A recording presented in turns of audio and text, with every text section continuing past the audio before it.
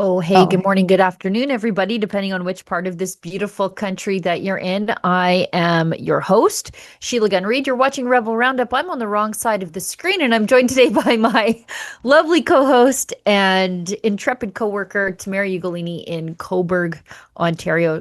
Tamara, how's it going? well, aside from being totally freezing here in southeastern Ontario, I guess the carbon tax worked and we can all be refunded now because we have changed the climate and counteracted global warming, at least here in Ontario. and I contemplated digging out the winter jackets this morning. It's absolutely freezing. We won't see summer temperatures for like another month. So, apart from being like chilled to the bone, and I'm preaching to the choir because you obviously It's have colder cold. temps than we do. Um, doing well, thanks. Yeah, how are you doing, Sheila? Yeah, it's a low of 6 today. Yeah, For so on those of par, you, so for on those of par. you who are wondering, but I know people didn't come here for the weather update. This is Rebel Roundup. It's our daily news and opinion show where you will get our unfiltered and honest opinions about the news of the day. And you're getting it sometimes just as the news happens, news breaks while we're on the show. Now, if you want to interact with us, there are a couple different ways that you can do it. Um, if you are watching us on the free speech platform of Rumble, there's always a lively live chat going there. But if you want to support the work that we do out of the goodness of your heart and because you feel like we have a purpose that you want to support, you can leave a Rumble rant. That's their paid chat over there. If it's over the $5 US cutoff, we're reading it on air. Otherwise, we'll just do our very, very best. Now, I should tell you, I have a hard out, as they say in the industry, right at the top of the hour. So we can't go long. So we'll do our best to make time at the end of the show or as they come in. Actually, it's probably even better to read your rants. And if you are watching us on YouTube, uh, we are recently remonetized over there. God only knows how long that's going to last. So if you want to leave us a super chat, do it sooner rather than later. And the same rules apply, but also there's an extra way that you can support us over on YouTube, and that's a paid chat called a super thanks. So if you're watching the recorded version of the show, but you feel moved by the spirit to support us, do not hesitate to leave us a super thanks before YouTube snatches that remonetization away from us. And hopefully, I don't have my lighting set quite right, but my glasses might be reflective. So just hopefully everybody can bear with me. And I think that's it. Oh, we have a little bit of housekeeping stuff. So for those of you on the prairies, but particularly in Saskatchewan, and you were unable to come to one of our two already that we've held town halls about Western separation, Western sovereignty, whatever that looks like, we're going to be the place to hold the conversation where you are allowed to ask questions and allowed to express your opinions without being told to shut up by washed up Canadian musicians like Jan Arden or politicians who are run out of town like Jason Kenney. Now, we have a town hall coming to Regina. It's on June 2nd. It's at the Turvey Center.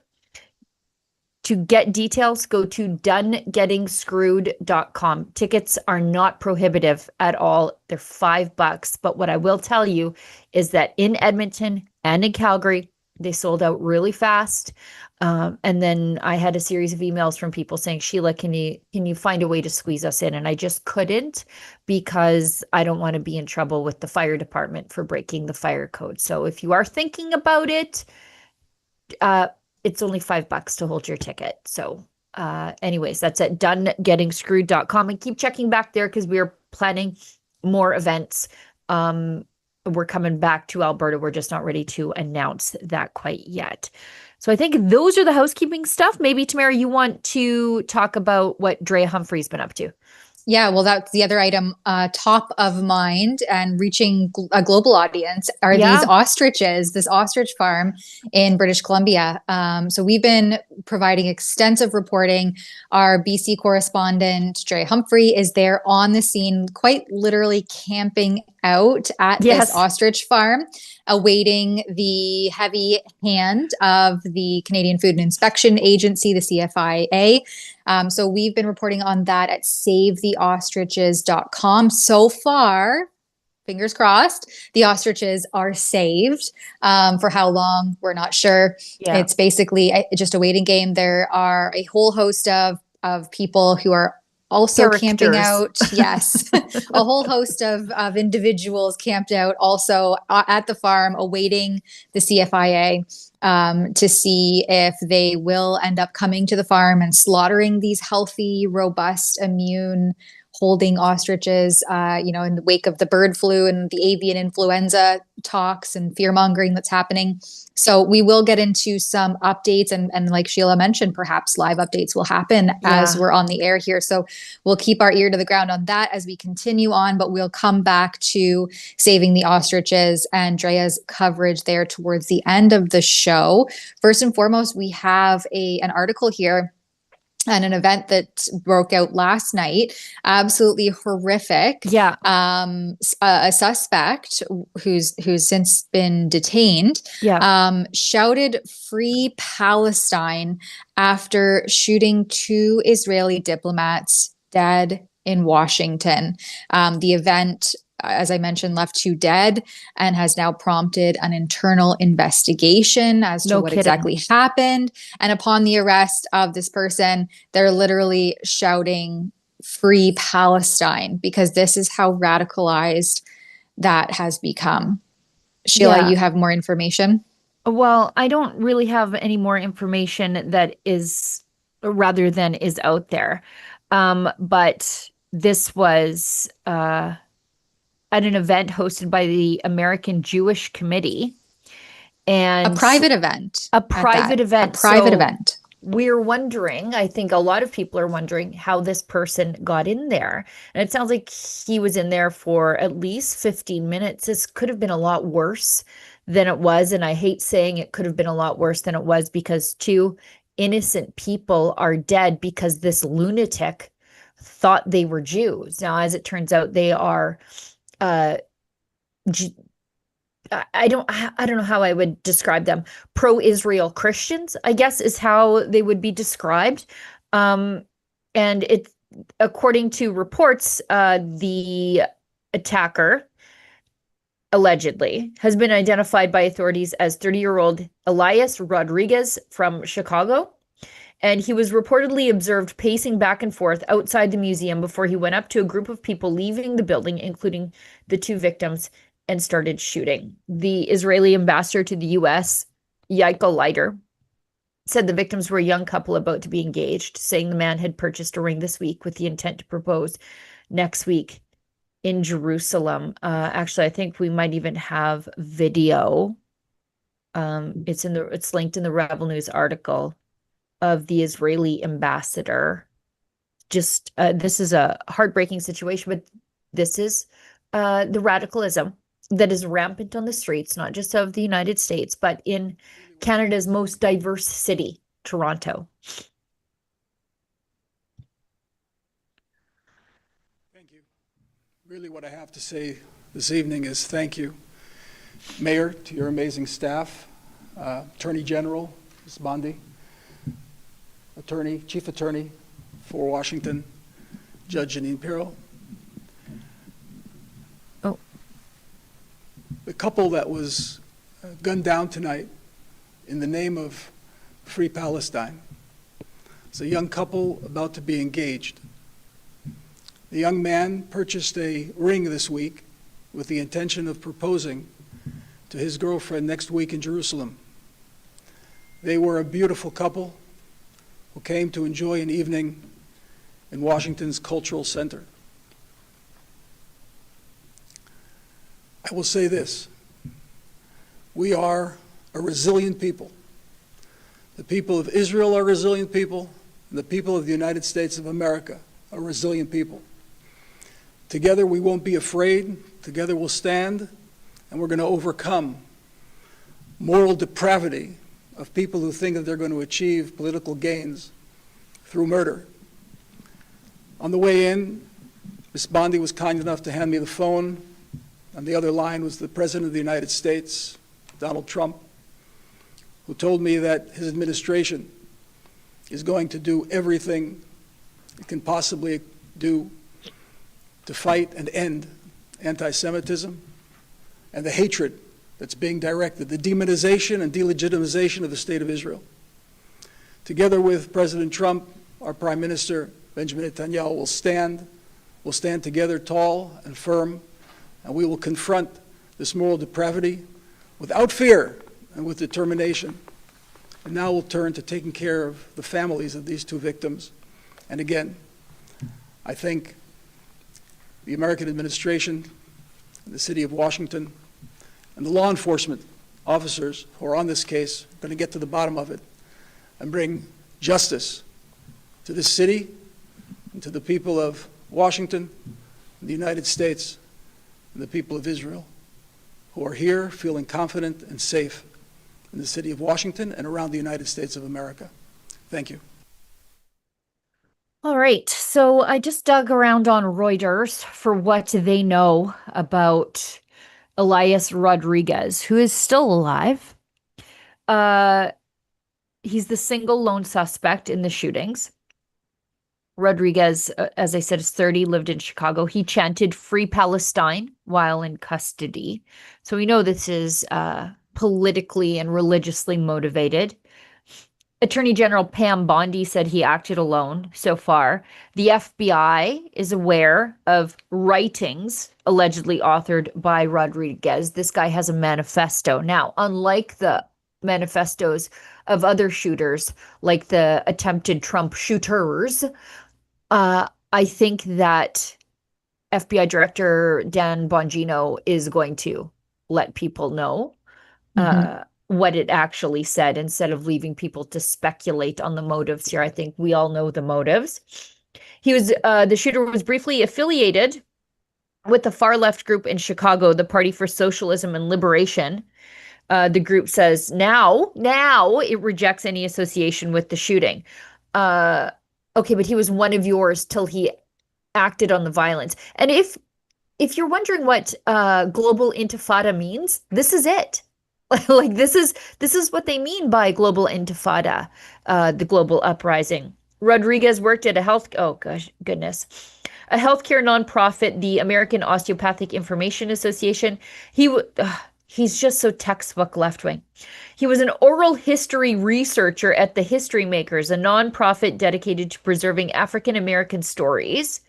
And he holds a BA in English from the University of Illinois. Netanyahu's already spoke to Trump, and so that's what we have so far. The victims are named as Yaron Lishinsky and Sarah Lynn Milgram. And world leaders are condemning it. I imagine the Canadians are too, after what they said about the IDF yesterday. I think they could shut their big mouths. Yeah, the creepiest and most horrifying thing to me about all of this is that, and this is according to witness reports, so take it for what it is, but that the attacker entered the event after he shot these people in close range. It's being said in close range, where he asked for water and that he needed a safe space before putting on a keffiyeh and shouting "Free Palestine." So to have the gall to then go into an event where you just shot at point blank two people leaving, asking for water, which, one would assume that he was probably given some water. Yeah. And asking for a safe space. I mean, this to me reads textbook, I'm about to claim insanity or temporary insanity as justification for these actions. So we'll see as news reports come out and kind of continue in that way. But just the gall to go back into the event to ask for water and say that you need a safe space before whipping out a keffiyeh and chanting "Free Palestine." What a slap in the face after you've just murdered two people. Allegedly. We have video of him chanting "Free Palestine" and his stupid keffiyeh falling off his head. Maybe we can show that. Oh, it's the last thing in the thread, Efron. Sorry to put you on the spot there. We'll bring it up. But yeah, it's not allegedly that he shouted that. He definitely did shout that during his arrest. And he has no, according to them, prior police record. This is radicalization by media lies. Okay, sorry. Free,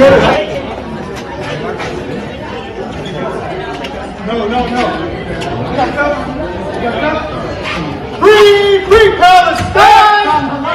Free, free Palestine! Free, free Palestine! Yeah. Yeah, radicalization by media lies, but also by police inaction. Sure. Right? We've seen that repeated police just sitting idly by, standing idly by as these protests proliferate on the streets, both here in Canada and obviously in the United States. And so this just serves to further embolden people who are becoming increasingly radicalized. And I mean, can anyone else not see the writing on the wall here? This is the result. And we have our newly elected prime minister, our newly minted prime minister, Mark Carney. You know, of course, he has to get his words in. He says, took to X to post, "I am devastated and appalled by the murder of 2 young Israeli embassy staff in Washington, D.C. This was a targeted attack against the Jewish community." I mean, you think? A violent act of anti-Semitism. This hate is intolerable, and I condemn it in the strongest terms. My prayers are with Yaron and Sarah, their grieving loved ones, and the entire Jewish community. And then he says, we can't look away from the power of anti-Semitism and its radicalization, and we must act to keep Jewish Canadians safe. Yeah, I mean, great. Are you going to walk the walk if you can talk the talk, Mark Carney? No, because his foreign affairs minister is a vicious anti-Semite. She has accused Israel of using food as a tool of war, which is not the case. Actually, the amount of food aid being given to Gazans far exceeds that of African nations. And again, who gets to skirt any sort of culpability in anything that's happening in Gaza? Egypt, who is keeping their side of the border closed. So there's a reason why these people are critical of Israel and not of Egypt. And it's just the same old shameless anti-Semitism that's several millennia old at this point. And we have to remember. Go ahead. Sorry. Yeah. No. Well, I was just going to say, instead of not welcoming Gazan refugees into the country or vetting them or having some more checks and balances in place before we just welcome everyone in with open arms here into the free loving country that Canada's advertised as. Instead, Mark Carney is saying that they're increasing funding so they're just throwing money at it, to the Canada Community Security Program. And they will introduce legislation to make it a criminal offense to intentionally and willfully obstruct access to any place of worship, schools and community centers. I mean, okay. And a criminal offense to willfully intimidate or threaten those attending services at these locations. But our criminal justice system is a complete failure. It's a mess right now. You can be out on bail after repeat offenses within a couple hours before the police can even finish their paperwork that had you arrested in the first place. So these are just, empty words in my opinion. And then I like it. Yankee posted, our social media manager, just straight up, Yankee comments underneath, "Hamas just thanked you for your support." Right? That was like literally yesterday? Was it the day before? Yes. Yeah. And so actually, we've got the video. In one of her first statements, well, actually, let's go back a little. This is a feature, not a bug. Remember when Mark Carney said that he agrees that there's a genocide taking place in Gaza? Let's watch this. Minute. That's a tough. Mr. Carney, there's a genocide happening in Palestine. Thank you. Thank you, Diana. I'm aware, which is why we have an arms embargo. We don't have an arms embargo. We don't have an arms embargo. So that's him saying, "I'm aware," and then agreeing with the radicals. And then Anita Anand, in one of her first statements as foreign minister, she blames Israel instead of faulting Hamas for the harm it caused Israelis and Palestinians alike. She condemns Israel while ignoring Hamas's theft of aid, which they do, and using human shields.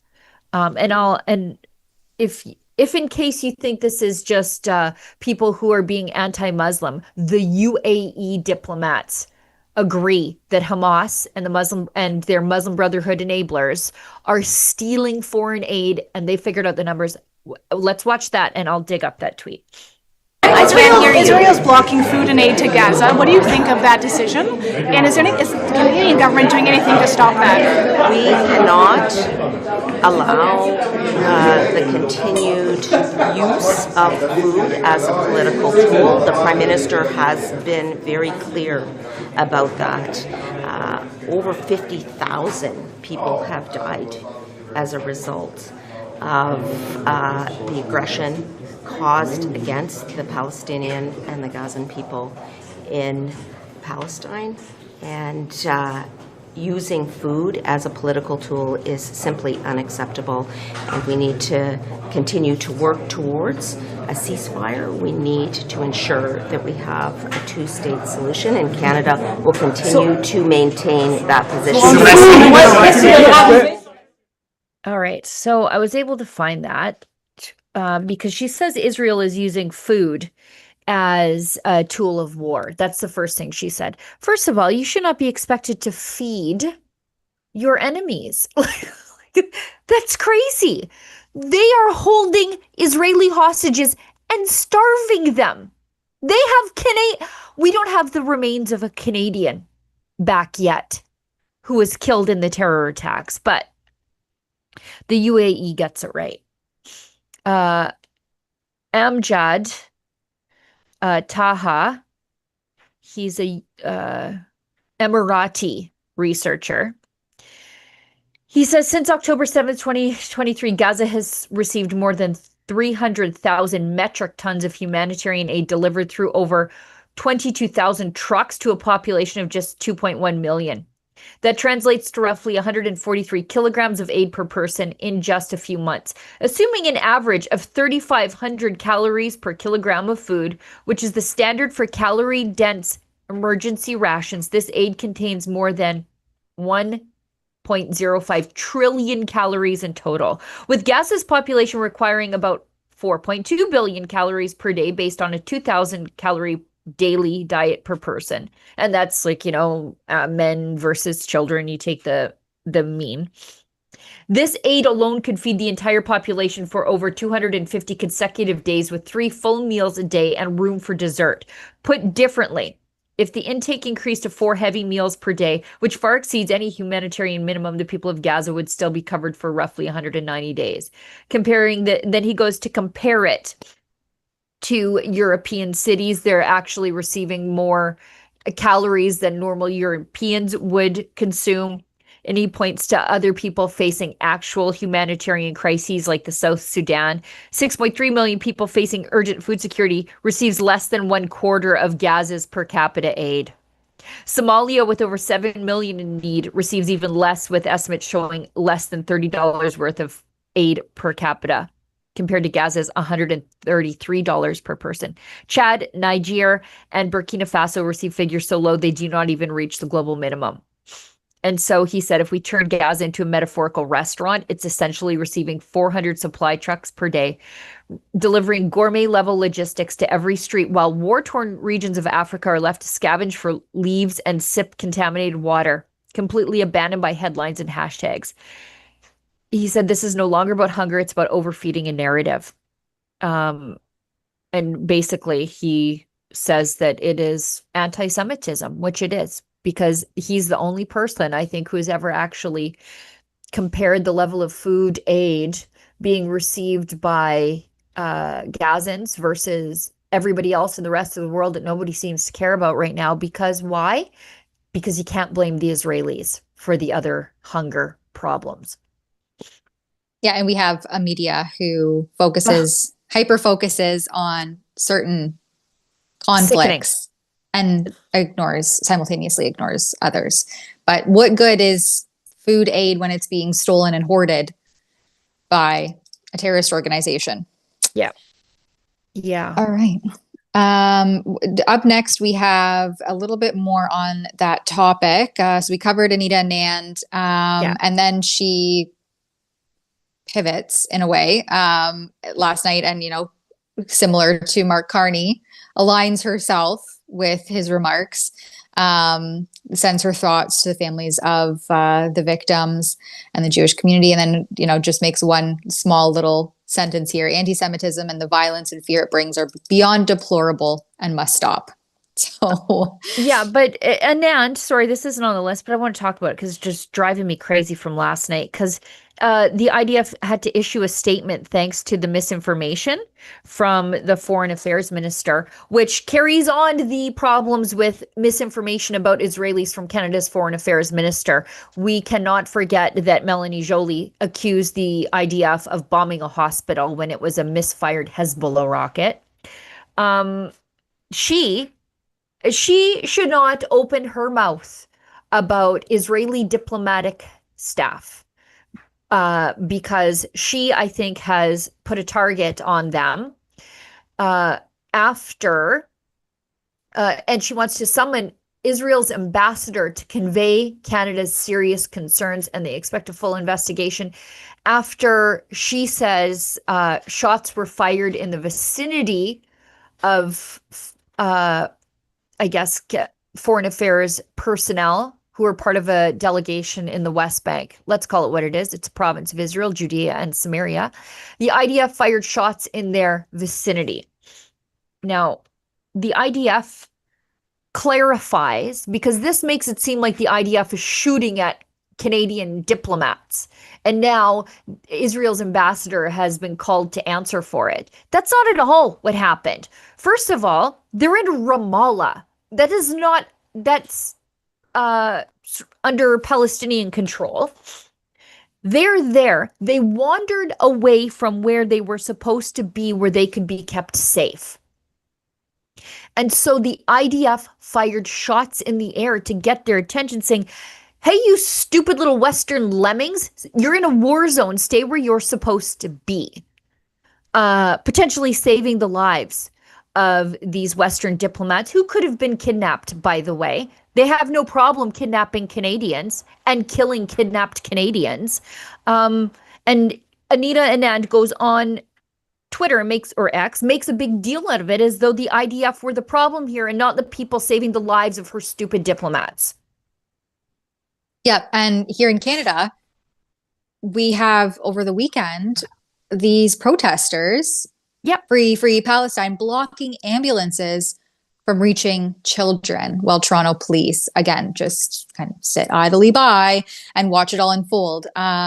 You can compare and contrast all of these actions to how the truckers and the freedom protesters were treated throughout 2020, 2021, and 2022. And we have another post here from Kevin Vuong, the Toronto MP.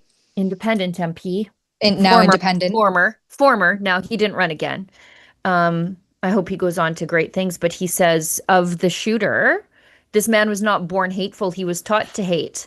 Note the cadence of how the man who murdered 2 Israelis chanted Free Palestine. That's how they've chanted it on our streets as they block ambulances, target Jewish businesses, and march through Jewish neighborhoods. And that last part, it's coming up again, because this weekend is the March for Israel, or the Walk for Israel, pardon me. And it's already threatened to be disrupted by these lunatics. And how many ambulances are going to be delayed? How many calls for genocide are we going to pretend like we didn't hear?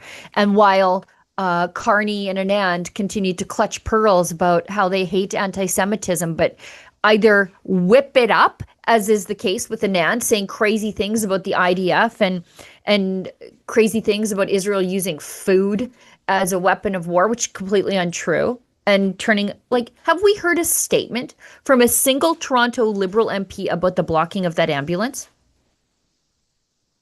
Barely even heard it in the media. Right.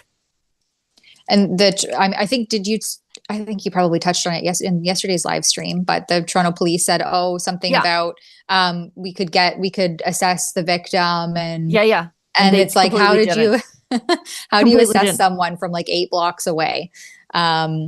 Anyway, Donald Trump also took to Truth Social, tweeted out or posted, "These horrible DC killings based obviously on anti-Semitism must end now. Hatred and radicalism have no place in the USA. Condolences to the family of the victims. So sad that such things as this can happen. Bless you all." Yeah. Yeah, and then as you mentioned, Sheila, Joe Warmington from the Toronto Sun, he highlights how the walk with Israel this upcoming weekend could be interrupted by pro-Hamas demonstrators. And I like that he points out here in his subheading, but this time the police, mayor, premier, Doug Ford, and Prime Minister Mark Carney should remind protesters that Hamas is a terror group and Israel is Canada's ally. Yeah. Except I'm not sure that Canada is Israel's ally anymore. I'm not sure. I think the days of having Stephen Harper offer a speech before the Israeli parliament, their Knesset, I don't think we're going to see that again for a very long time, given the actions of this wildly anti-Semitic current iteration of the Canadian government. Yeah, Right. Joe Warmington has a really interesting article here, and he pulls out some of Brian Lilly's work from last week, where police issued an event guide ahead of Nakba Day, also known as the Palestinian catastrophe, and it's interesting for anyone who wants to read this article and go a little bit deeper into it. It's interesting to kind of compare and contrast again the two-tier policing and the double standard that we're seeing unfolding on the streets, at how different protesters are ideologically either kind of given a free pass or heavily, and in some cases, in the case of the Freedom Convoy, violently oppressed and opposed by the political class and the police state that we are increasingly living under in Canada. Yeah, I mean, these people are shooting up Jewish girls' schools multiple times. And they don't seem to be treating this with any sort of sense of urgency whatsoever. But the bounty castles and the honkening, that was the national crisis. Not just a national crisis, treated like an act of war on the homeland. Domestic terrorism. They were framed as domestic terrorists. And it's funny, we'll get to this towards the end of the show, but the Ostriches in BC, the protesters there, bounty castles showed up. And I find it oddly coincidental that that's the same time that the police show up. So bounty castles must be this like negative connotation that somehow now you're a domestic terrorist here in Canada if you show up to an event ready to hang out and bounce in some blow up bouncy castles. It's just crazy town. I want to read this quick super chat that we have from JP Power, who gives $20. Thank you so much. Hello from Windsor, Ontario, border city to Detroit, where some of us love the US. I've been to Detroit 20 times. I'm going to Chicago soon. Crossing the border, I can feel the freedom. What a difference. Elbows up. Laugh out loud. Lots of laughing out loud. LOL. Yeah, I am jealous, and let us know too, how is the border crossing now? I haven't tried to cross the border since the Trump administration took over and all these changes have happened. So what are you finding at the borders now? Has it changed at all in terms of going to and from? We have one more here. I just see Moonglow gives $2. Carney angling to be prime minister of Hamas. Let's roll a quick ad break and then we will come back for more in just a moment. We vote, they ignore us. Alberta's values just don't match Ottawa's, and they never will.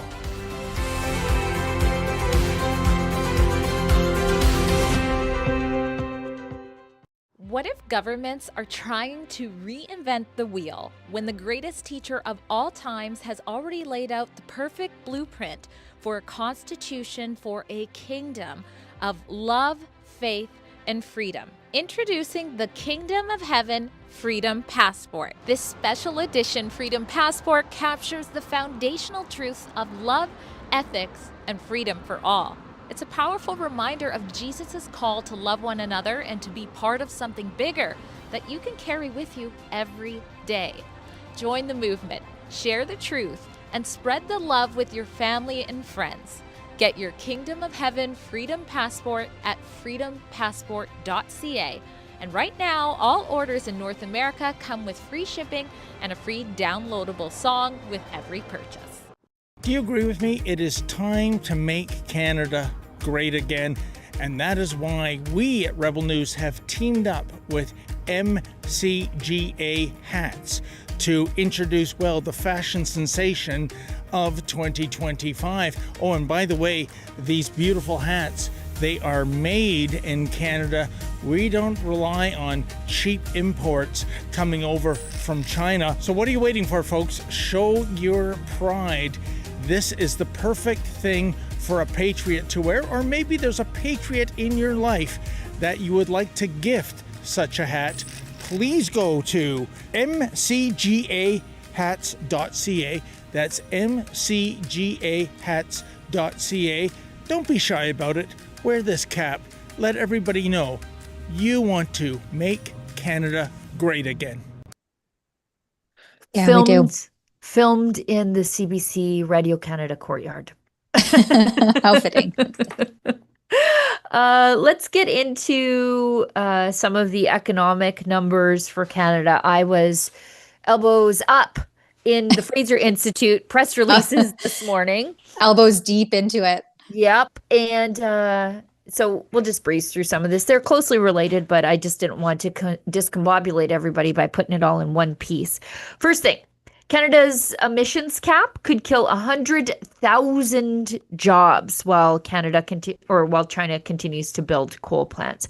And their numbers actually say that's the sort of middle of the road. It could be as high as 150,000 good-paying Canadian jobs that are just absolutely nuked by the emissions cap, which in Alberta we call the production cap, because we want to ramp up production to at least 2 times what it is, and we definitely could, and we want to give good, hardworking jobs to people. According to the numbers by the Fraser Institute, it would slash Canadian oil and gas production by up to 12%, cost the economy at least $44 billion in a single year, kill between 54,000 and 151,000 jobs, drain $151 billion in federal revenue. That goes to the rest of you people between 2030 and 2040 and deliver virtually no measurable environmental benefit. So crush us and not even achieve the thing that it says it would do while crushing us. So even if you think it was worth it, as long as we save the earth, you're not saving the earth anyway. No, it's pure textbook virtue signaling. And I think we saved the earth. As I said at the beginning of the show, like, we're record low temperatures here in southeastern Ontario. So let's stop it. Yeah, let's get our refunds back and let's move forward without a ridiculous carbon tax, because I think the amount of carbon we reduced since the carbon tax was implemented, as per government measures, was equal to whatever China produces in 37 minutes. Yeah. So it took us 5 years to save or reduce or eliminate whatever the amount of carbon that is produced by China in just over half an hour. Right. So really, we're destroying and devastating Canadian livelihood, our economy. Well, China gets to a free pass. They are building, they're thriving, and they're just off to the races. And here we're just being squashed every which way we look at it. Yeah, we could shut ourselves right down and China would make up the difference in about the length of one episode of the global climate czars, the UN, they still consider China not a developed country. So even though they have the world's second largest economy, and I think are hell-bent on taking over the world in one form or another, they get a pass to completely ramp up whatever emissions they have, because that's what it takes to develop their economy, while the rest of us suffer energy poverty. Yeah. And you wrote this one up too, Sheila, that LNG exports could slash global emissions, but Carney's policies just keep it in a standstill.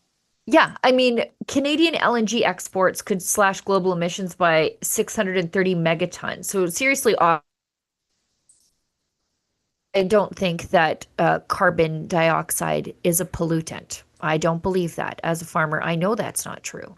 But the left and the liberals and Mark Carney keeps saying that it is. So if you care about these sorts of things, and I don't, but they do, then you should want to export LNG to everywhere in the world from Canada, creating good paying Canadian jobs while lowering global emissions. But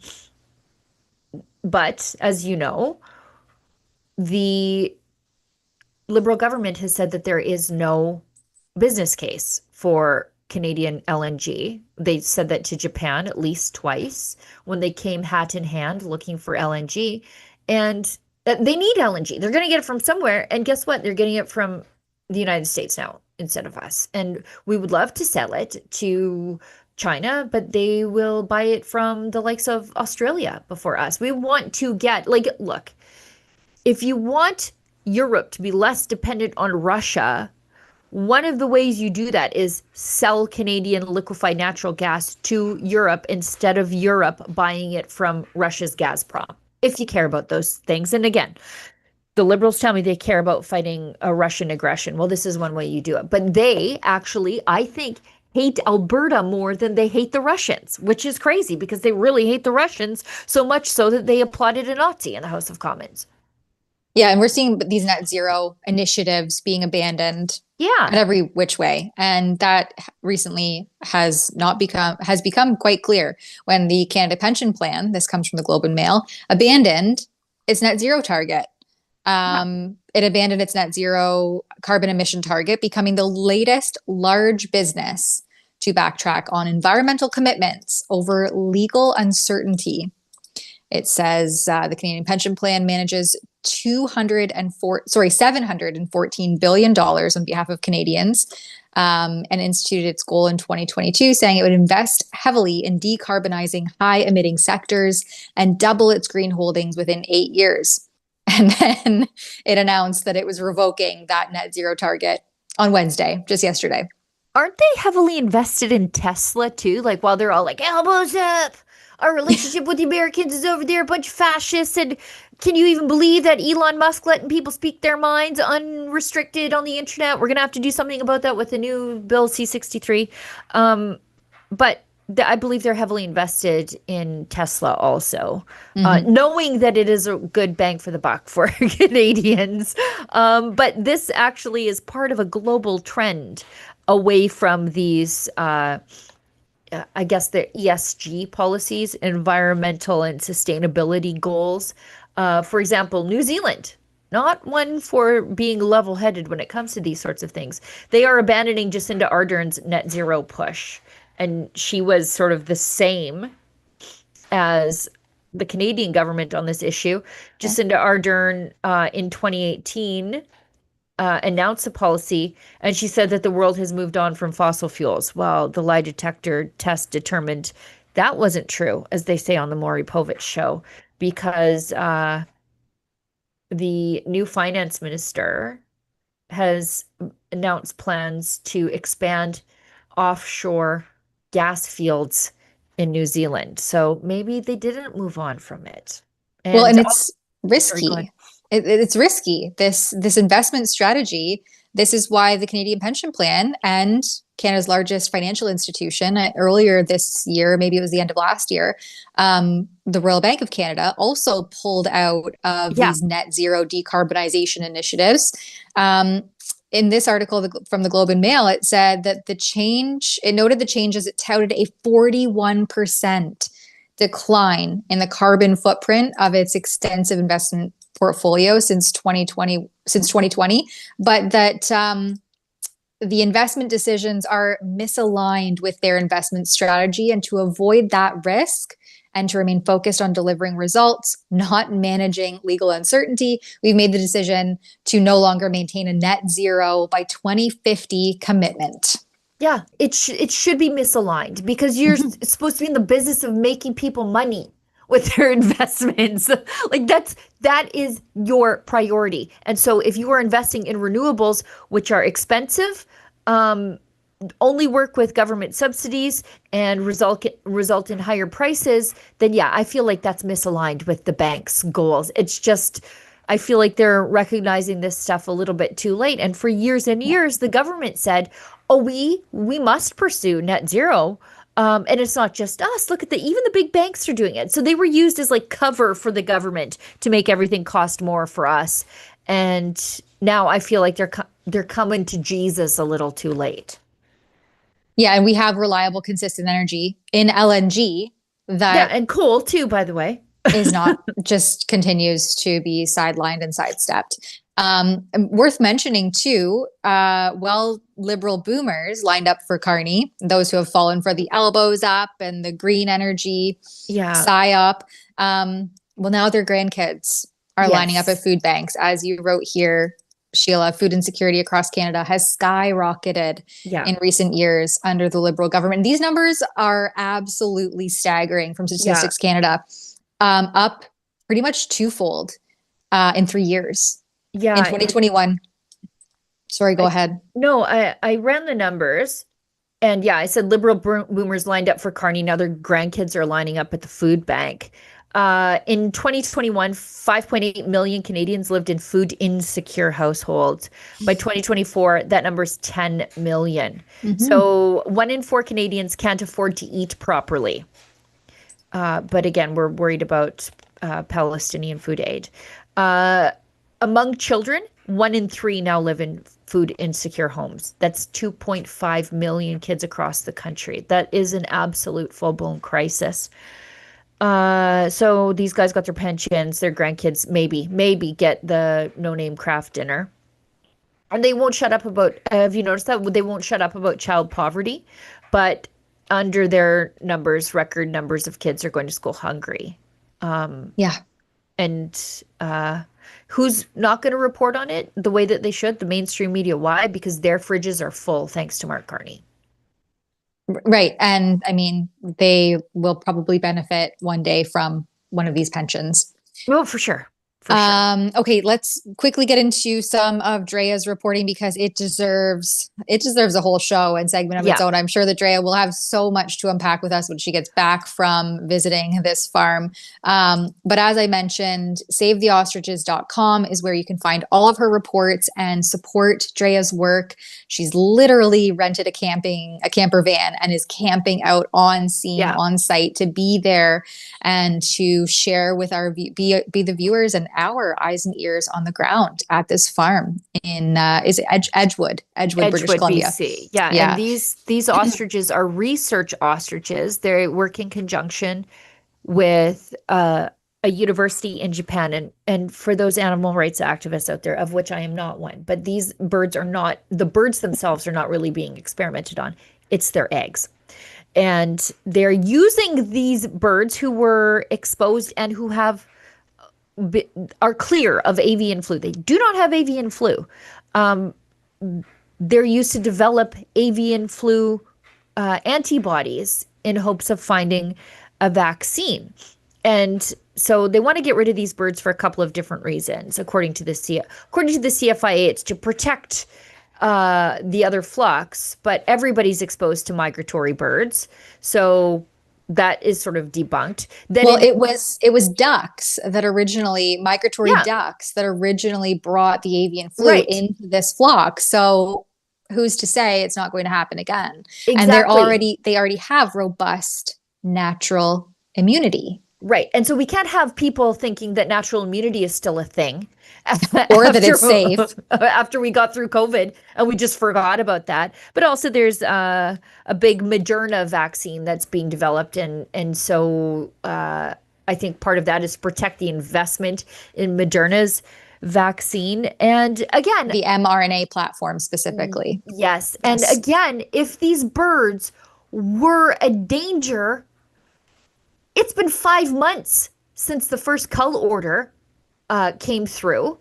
Nobody's sick. They've not become a disease vector. The birds are still alive. So I don't understand their argument now about the urgency of killing these birds. If after 5 months and a legal battle, which the farm unfortunately lost, that if none of the birds are sick with avian flu, they're not disease vectors, what is the point at this point?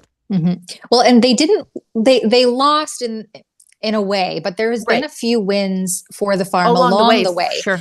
They won that initial appeal to not have that culling order executed 2 weeks roughly ago. Yeah. And then the one, what is it, like a disposal facility refused to take the carcasses. These are massive birds, like there's 400 of them, but they're like hundreds of pounds. Yeah. They're massive. And this, waste dump site basically said, well, we won't take them without a test proving that they were actually infected, if I understood that correctly. And so where they're going to dispose of these birds, especially if they're such a biohazard, as the CFIA is treating this as some sort of like contamination site, and these birds as contaminated, well, then how are you going to effectively dispose of them if this is such a risk? And what you're saying is based in evidence, which a lot of it obviously is not. But regardless, Drea's on the scene. She posted yesterday, the bouncy castles have arrived in Freedom Convoy style at the Ostrich farm protest. And then, not long after, the Ostrich farm protesters, they were seen kind of making a mockery, satirically dressing up in hazmat suits after their security intel saw something suspicious near the premises. They were, because they're waiting with. They know it's going to happen. Like the CFIA has gone to court to expect this to happen. They have people all the way into town watching. Because the CFIA is going to come and cull these birds. And I can't even imagine the logistics of it. To take an entire herd of birds, like I'm thinking as someone who is familiar with cattle, you normally have to like load them into a trailer in bunches, for lack of a better word. Take them herd them. Well, it wouldn't even be a herd, but you would just take, a dozen into a trailer, take them to the abattoir, have them killed, and then the abattoir has the ability to deal with the remains. I don't think, where do you take these birds to do that, right? Like, where do you do that? Having a stack of dead birds becomes a disease vector in and of itself. Exactly. If this is the risk if the risk is actually present that they claim there to be.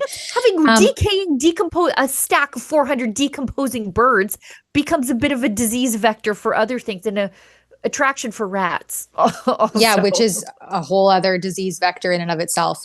Yeah. I love that Drea, this was going back to Wednesday, and I'm sure you have spoken about it on the other live streams, but she calls it the Rebel Mobile, her new camper. So and she gives a tour on there. So you can also follow along on Drea's X page because she's posting a lot of updates there. I see one from just before we went live here. There's a Universal Ostrich Farms, they've released a press release addressing some of the rumors circulating about the farm and the research that the birds were part of. So it's quite long. I won't go through all of it, but I'll just get back to the goal. The goal is to save healthy animals from an inhumane and unjustified death. And, it seems it's just so bizarre how intent the government is on killing and culling these birds with, as we've pointed out, no real justification or rationale to do it. So this is about, government overreach, this continued fear mongering around pandemics and pandemic response. And we can just disavow charter rights, property rights, human rights, privacy, because it's a pandemic and we have to act quickly and we have to take these excessive measures and do all of these things to prevent the next pandemic, or in justifying it under pandemic prevention and response. And so this is the kind of thing that you will continually see the government do if that is the justification used. There doesn't have to be evidence. There doesn't have to be rationale. None of it has to be based in actual, tangible, gold standard level science. It can just be based on hysteria and, well, because we said so. And if we don't put our foot down somewhere, and here is very much one of the hills to potentially die on, then where do you draw that line in the future? Because it's only going to happen again, as we've been told repeatedly by the powers that be and the pandemic bureaucracy at the WHO, that it's not a matter of if, but when the next pandemic hits. And so how far can the government go, and how far are the people willing to let the government go under the guise of pandemic prevention and preparedness? Because this is the next step. Yeah, I mean, and that's the thing. It's ostriches, and I've been very clear. I'm not like the biggest. I'm not a lobbyist for big ostrich. Let's just say that. But these are somebody's property at the end of the day. Mm-hmm. And if the state can come and take your property and destroy it, firearms owners, we know what this feels like. And they can do it now for whatever reason they want. They're making it up at this point. If we think about Nate Erskine Smith's vegan bill, that I think pandemic prevention, and it's like textbook called that. Yeah, and it was targeted at animal food production, particularly the beef industry, but along with that would come poultry and pork, basically saying we could shut down your food production if we believe it to be a vector of any sort of disease or pandemic. And so that dovetails nicely into what's happening here. These aren't even birds meant for human consumption. They're used in research. And also, I think it's a great shame that this farm, which is fighting for property rights at the end of the day and fair treatment and due process, by the way, these birds are not a problem. If they were a problem, it would have manifested in the last 5 months. But I think it's terrible that they have to issue a statement debunking all the rumors and lies being told about them. You know, the birds were involved in COVID-19 research. Because wouldn't you want a vaccine that didn't involve mRNA? You know, if you're somebody who, you know, is in precarious health, and same people who get the flu vaccine, I guess, cancer patients, whatever. If you needed a vaccine, but you didn't want the experimental mRNA one, wouldn't you want one that was developed using these birds that are loved and cared for? Yeah, and all it has to be, the World Health Organization has changed their definitions of pandemics. And so all it has to be is I forget the exact phrase that they use, but essentially something of pandemic potential. Right. It has the potential to cause a pandemic. Not that it will necessarily, or that there's evidence to support that a pandemic is looming, but there is the potential there. So the verbiage, the wording that they use, you have to pay close attention, because this isn't something that is based in robust scientific evidence or vigorous testing, clinical trial. Like there's none of that. It's all hyperbole and hysteria. Yeah. They changed the definition of what the vaccine would do just so it fit the failure of their promises on that. So they will change anything to make it fit the facts as they see them. Now, if people want to support Dre's work, because she is there on the ground currently for now, although let's all recall she has a family with a little one to get back to, you can go to, I think it's SaveTheOstriches.com. You can support her work. And we did our best to do this as affordably as possible. The local motel is a little bit away, and you have to take a ferry to get back. So we thought by the time Drea rents a car, gets up there, gets to the motel, finds out something's happening, gets on the ferry and comes back, she would miss it all. So she is literally camped there at Ostrichapalooza. And she'll bring the news as it breaks. But as it turns out, yesterday the RCMP came and sort of did a bit of a wellness check. They brought their police liaison team, which I think they're doing some surveillance to sort of check the temperature of the crowd there before the CFIA, as Drea calls them, hitmen, come in to cull the birds. But as you can see, the farm handled it just cheerfully, more cheerfully than I would, that's for sure.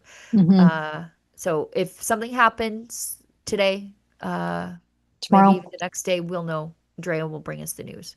Yeah.